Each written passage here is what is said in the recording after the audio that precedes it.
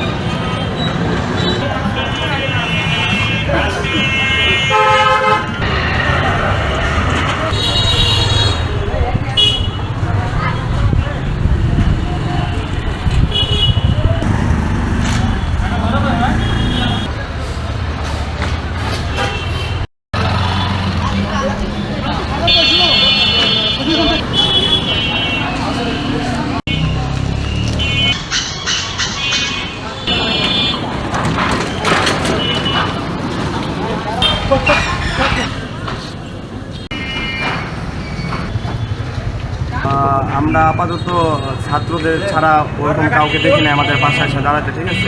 লাস্টে আমরা 3-4 দিন যাবতে দেখতেছি সবাই যে ট্রাফিক কন্ট্রোল করতেছে দোহারের সাধারণ ছাত্ররা, ঠিক আছে। তো আমার মনে হয় যে এর পাশে যদি যারা সম্মানিত ব্যক্তিবর্গ আছে তারাও যদি আসে পাশে দাঁড়ায় তাহলে ছাত্ররা আরও একটু উৎসাহ পাবে। স্থানীয় জনগণের রেসপন্স কেমন পাচ্ছেন আপনারা? স্থানীয় জনগণ সাধারণ মানুষের অনেক রেসপন্স পাচ্ছে, ঠিক আছে। তারা ভালোবাসতেছে মানুষকে, ঠিক আছে, আমাদের উৎসাহ দিতেছে, সব কিছু এই খাবার দাবার দিতেছে, দেখতে যাচ্ছে।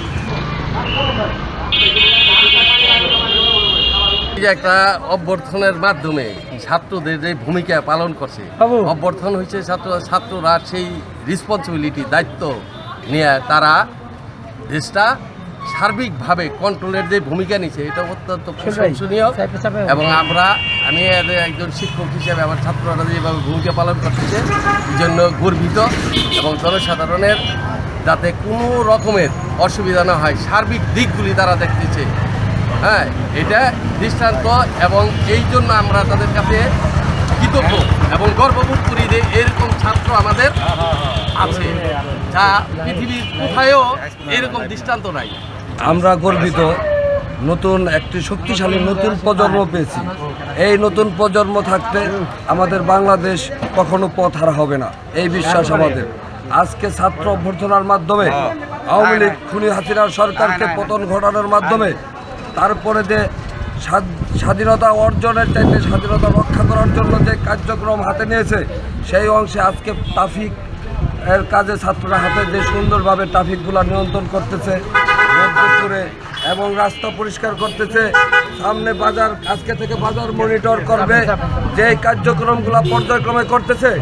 আমি মনে করি বাংলাদেশে অনেক বাহিনীকেই দেখাই দিতেছে যে বাংলাদেশ চালাইতে হলে ভালো মন মানসিকতা দরকার।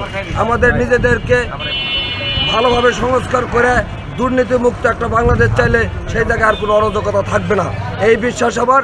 সকলকে আমি ধন্যবাদ জানাই, বিশেষ করে ছাত্র আন্দোলনে যারা অংশগ্রহণ করেছে সশরীরে তাদের কথা স্মরণ করি, এবং সেই সাথে সাথে বিশেষভাবে কৃতজ্ঞতা সহিত যারা আজকে ছাত্র আন্দোলনে প্রাণ হারিয়েছে, আজকে যারা স্বাধীন হয়েছে, আজকে যারা মহান বীর, তাদের প্রতি চিরকৃতজ্ঞ আমাদের এই জাতি। তাদেরকে তাদের মাগফিরাত কামনা করে আজকে যারা এই যে এই ছাত্র আন্দোলনের যে অংশ ট্রাফিক নিয়ন্ত্রণ, তারপরে ময়লা আবর্জনা পরিষ্কার, বাজার মনিটরিং, এগুলা জন্য যদি আমরা যেখানে জানবো যে ওরা আমাদের দরকার হতে পারে সেখানে তো আমরা জানে যেতেছি। যদি কোনো জায়গায় স্মরণ করে তাও যাব, না যদি স্মরণ করে তাও আমরা ওদের সাথে একত্রতা গঠন করব। ধন্যবাদ জানাই এই নতুন প্রজন্মের বীর যোদ্ধাদের। ওরা যেমন বুকের তাজা রক্ত ঢেলে দিয়ে দেশটাকে রক্ষা করেছে জালিমের হাত থেকে, পাশাপাশি সেই দেশ যখন বিশৃঙ্খল পরিস্থিতিতে ছিল, রাস্তাঘাটে কোনো শৃঙ্খলা ছিল না, তখন ওরা আবার এই তীব্র রৌদ্রের মধ্যে দাঁড়িয়ে ওরা রাস্তায় শৃঙ্খলা ফিরিয়ে এনেছে এবং প্রত্যেকটা জায়গায় ওরা দেশ রক্ষার কাজে নিয়োজিত। আমরা অনেকেই জানেন আমরা বিভিন্ন সময় বিভিন্ন সোশ্যাল ওয়ার্ক সবসময় করি, সামাজিক কাজের সাথে সম্পৃক্ত বেশি। এই যে ছাত্রদের সাথে আমরা সবসময় আছি, ওদের যে কোনো প্রয়োজনে, যে কোনো খাবার দাবার থেকে শুরু করে যে কোনো প্রয়োজনে আমরা ওদের পাশে আছি। আমি আপনার মাধ্যমে এইটুকু বলতে চাই, ওদের যে কোনো প্রয়োজনে আমাদেরকে যদি স্মরণ করে, ইভেন স্মরণ নাও করে, আমরা ওদের পাশে আছি। ওদেরকে ধন্যবাদ এবং অসংখ্য ধন্যবাদ নিজের জীবনের ঝুঁকি নিয়ে দেশ রক্ষা করার জন্য। ধন্যবাদ জানাই এই তরুণ প্রজন্মকে, যারা নিয়ে এই দেশটাকে নতুন করে স্বাধীন করেছে। আজকে আমাদের দেশ যখন একটা বিশৃঙ্খল একটা অবস্থায় নিমজ্জিত হচ্ছিল, এই সময় তরুণ সমাজ এগিয়ে এসেছে এবং বাংলাদেশের ছাত্র আন্দোলন যে কখনো বৃথা যায় না, এর আরেকবার এরা প্রমাণ করে দেখিয়েছে। এবং ধন্যবাদ জানাই এই ছাত্রদের, যারা শুধু ওই আন্দোলনেই তাদের সীমাবদ্ধ রাখে নাই, পরবর্তীতে দেশ বিনির্মাণে যে সমস্ত কাজগুলি করা দরকার সেই কাজগুলি তারা সুচারুরূপে করছে। এবং সেই ক্ষেত্রে আমাদের দোহার অঞ্চলে যে সমস্ত ছাত্রবৃন্দ আছে, যারা সক্রিয়ভাবে এই আন্দোলনে অংশগ্রহণ করেছেন, যারা আহত হয়েছেন, যারা শহীদ হয়েছেন, সকলের প্রতি আমার বিনম্র শ্রদ্ধা জানাচ্ছি। আমরা এই সমস্ত ভালো কাজের সাথে আমরা আছি। আপনারা জানেন যে আমরা সামাজিক সমস্ত কার্যক্রমের সাথে ইতিপূর্বে ছিলাম, যে কোনো দুর্যোগের সময় আমরা ছিলাম। এখন দেশের একটা দুর্যোগ, এই দুর্যোগের সময় ছাত্র সমাজ এগিয়ে এসেছেন, আমরা তাদের পাশে আছি। ছাত্র সমাজের যে কোনো কাজে আমরা আমাদের অগ্রণী ভূমিকা পালন করব।